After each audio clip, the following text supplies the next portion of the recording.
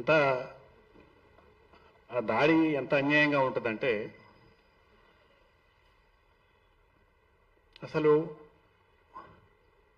తెలుగు భాష, తెలుగుదేశం, తెలంగాణ, ఈ పదాలు అనేవి ఒకటి ఉన్నాయన్న గుర్తింపే లేని కాలం నుంచి ఇవాళ తెలంగాణ వచ్చింది. తెలంగాణ పదాన్ని ఉచ్చరించడానికి వీల్లేదు అని చెప్పిన కాలం 2002, 2003 ఆ ప్రాంతంలోనే తెలంగాణ పదాన్ని అసెంబ్లీలో ఉచ్చరించడానికి వీల్లేదని చెప్పారు. అటువంటి కాలం నుంచి తెలంగాణను సాధించుకున్నాం మనం. సాధించుకున్న తర్వాత ఇవాళ పరిస్థితి ఏంటి అంటే, నేను నిజానికి సినిమా చూడలేదు, కానీ ఇడుపు కాగితం అని ఒక మంచి బ్రహ్మాండమైన ఈ తెలంగాణ భాషకు సంబంధించిన ఒక జాతీయాన్ని తీసుకొని, ఆ పదాన్ని తీసుకొని ఆ టైటిల్ తోటి సినిమా తీస్తే దాని మీద దాడి.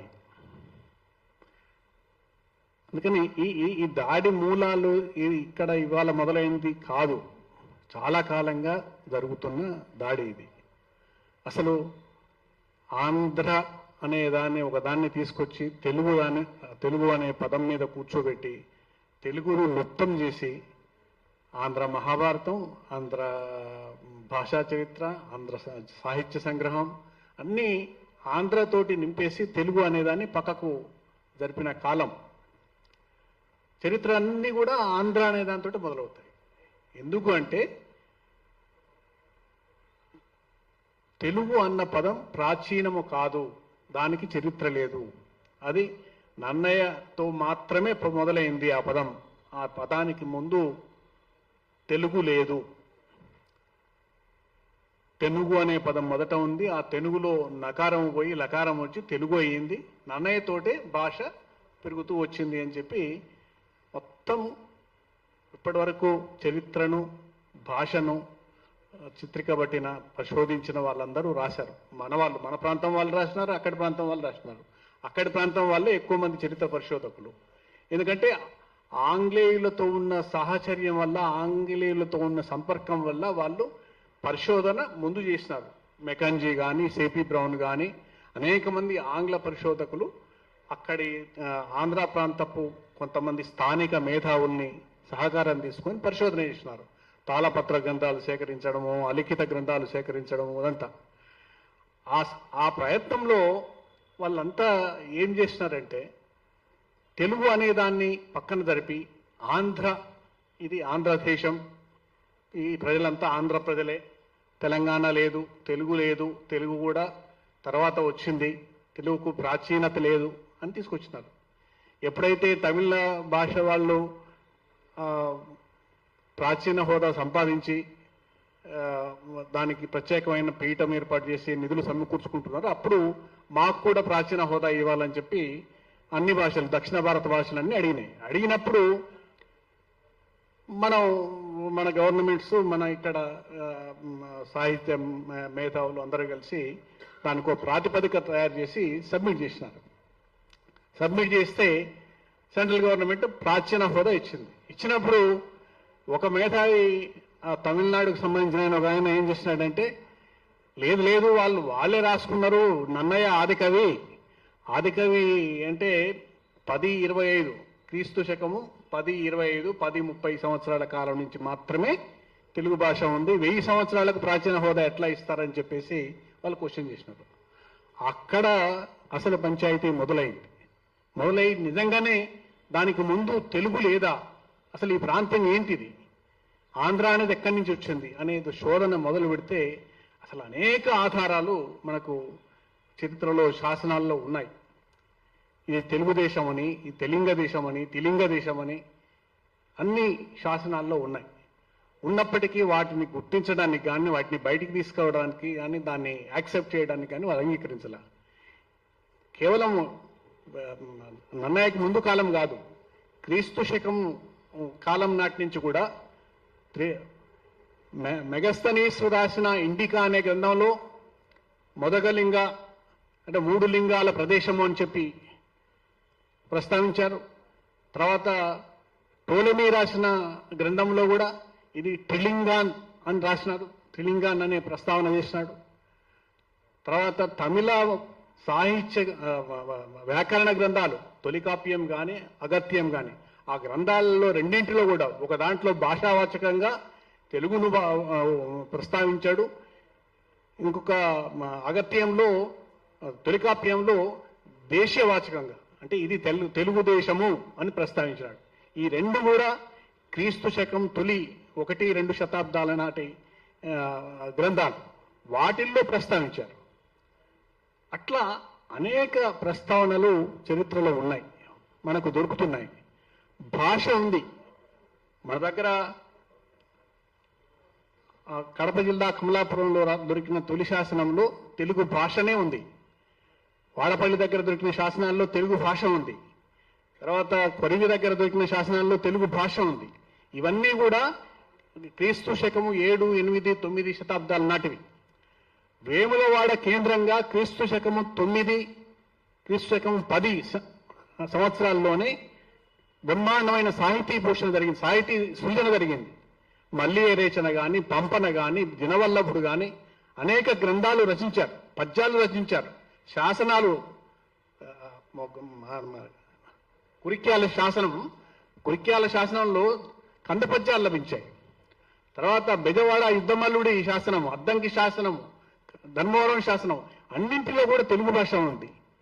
తెలుగు భాషే ఉంది. ఆంధ్ర అనేది భాష కాదు. ఆంధ్రులు ఇక్కడి వాళ్ళు కాదు. ఆంధ్రులు ఇక్కడి వాళ్ళు కాదన్న విషయం వాళ్ళే రాసుకున్నారు. వాళ్ళు ఏం రాసుకున్నారు? ఐత్తరేయ బ్రాహ్మణంలో మా ప్రస్తావన ఉంది, మేమే ప్రాచీనులము అని చెప్పి రాసుకున్నారు. ఐత్తరేయ బ్రాహ్మణం నుంచి నిజమే. ఏమని? విశ్వామిత్రుడు, మీకు ఒక కథ, త్రిశంకు స్వర్గం అనే కథ తెలుసు అనుకుంటా మీకు అందరికీ. విశ్వామిత్రుడు తనకు సేవ చేసిన ఒకడికి స్వర్గ ప్రాప్తిని ఇస్తా అన్నాడు.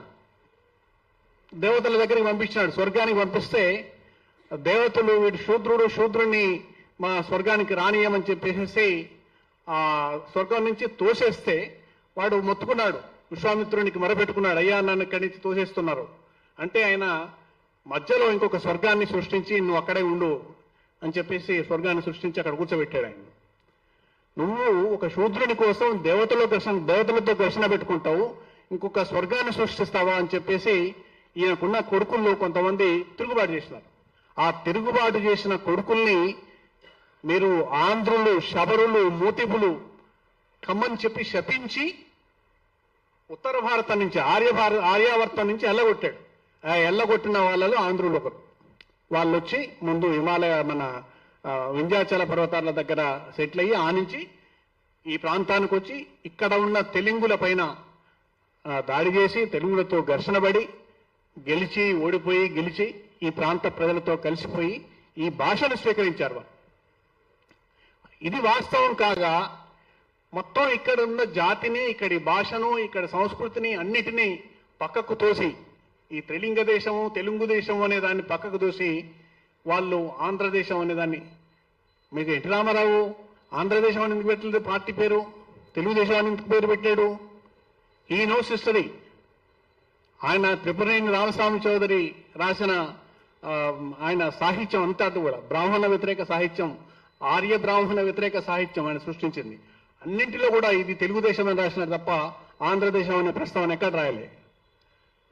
అందులోంచి తీసుకొని రాసినాడు. మీ తెలుగుదేశం అని పార్టీ పెట్టుకున్నాడు ఆయన. ఇక్కడ ఒక మన మధురానగర్లో ఉంటుంది, మీరు చూస్తే తెలిసిపోద్ది, త్రిలింగ దేశం పార్టీ కార్యాలయం అని పెట్టుకున్నాడు ఆయన. త్రిపురనేని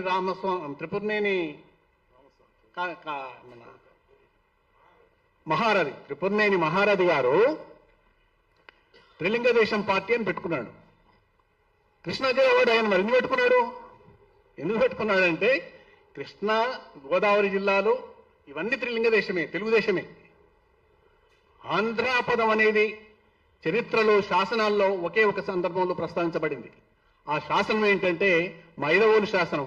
ఆ మైదవోలు శాసనంలో ఆంధ్రాపదం ఎక్కడ ఉంది అంటే కృష్ణా, అదేంటి ధాన్య కటకం నుంచి కంచి వరకు ఉన్న ప్రాంతం మాత్రమే ఆంధ్ర ప్రాంతం అని ప్రస్తావన ఉంది. దానికి మించిన ఆధారం ఇంకొకటి లభించలే. బహుశా శాతవాహనులు చివరికి సెటిల్ అయిన ప్రాంతం కావచ్చు. అందుకని చరిత్ర అంతటా కూడా ఈ వివక్ష, ఈ దాడి, ఈ అవమానము ఈ తెలుగు భాషకు జరిగింది. మహాభారత రచన కూడా ఆయన రాజరాజ నరేంద్రుడు తెలుగులో రాయమన్నాడు. రాజరాజ నరేంద్రుడు నన్నయ్యను ఏమడిగిండు? తెనుగున మహాభారతం రచించండి, ఇక్కడికి గొప్ప ఇతిహాసాన్ని ఇక్కడ ప్రజలకు తెలియజేయండి అని అడిగాడు. నన్నయ్య కూడా ఏం చెప్పాడు? నేను తెలుగులోనే మహాభారతాన్ని రచిస్తానని చెప్పినాడు. మరి ఆంధ్ర మహాభారతం అని ఎట్లా వచ్చిందా పేరు? ఎట్లా సాధ్యమైంది? ఇదంతా చొరబాటు, ప్రక్షిప్తము, మన మీద జరిగిన దాడిలో భాగంగానే ఇవన్నీ పేర్లు అట్లా మారుతూ వచ్చినాయి. మొన్నటిదాకా అదే జరిగింది, ఇప్పుడు కూడా అదే జరుగుతున్నది. ఇప్పుడు వాళ్ళు మాట్లాడుతున్న భాష, వాళ్ళు చేస్తున్న దాడి.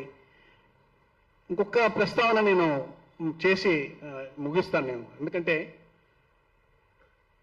మీ అందరి దృష్టికి నేను ఈ మధ్య కాలంలో నేను ఈ సభలకు రాలేదు, ఇవాళనే చాలా రోజుల తర్వాత వచ్చిన.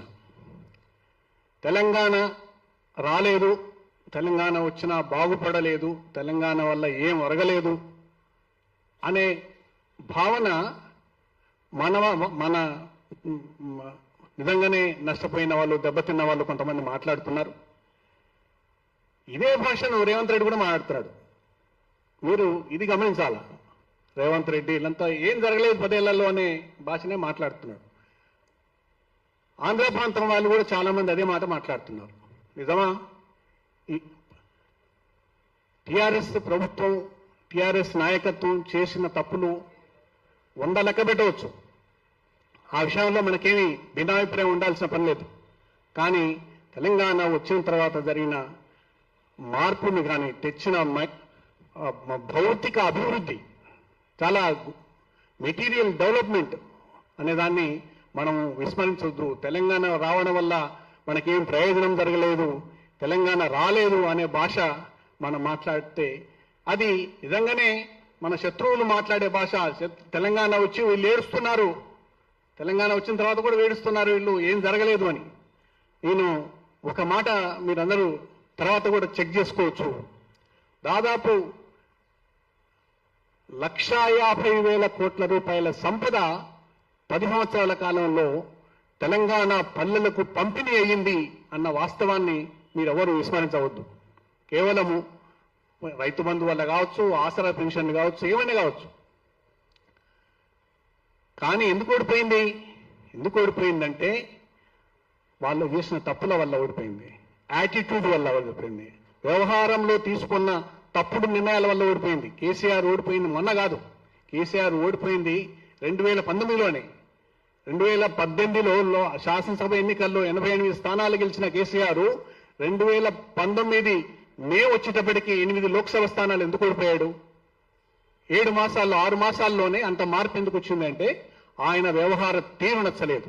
ఆయన మంత్రివర్గాన్ని వేయకపోవడము, అన్డెమోక్రటిక్ బిహేవ్ చేయడము, ఆ తర్వాత వరుసగా ధర్నా చౌక్ మీద, ఆర్టీసీ కార్మికుల మీద ఆయన చేసిన తప్పిదాల వల్ల రేవంత్ రెడ్డి తన గొప్పతనం వల్ల, తన వాక్చాతుర్యం వల్ల గెలలేదు, తన వాచాలత్వం వల్ల గెలవలేదు.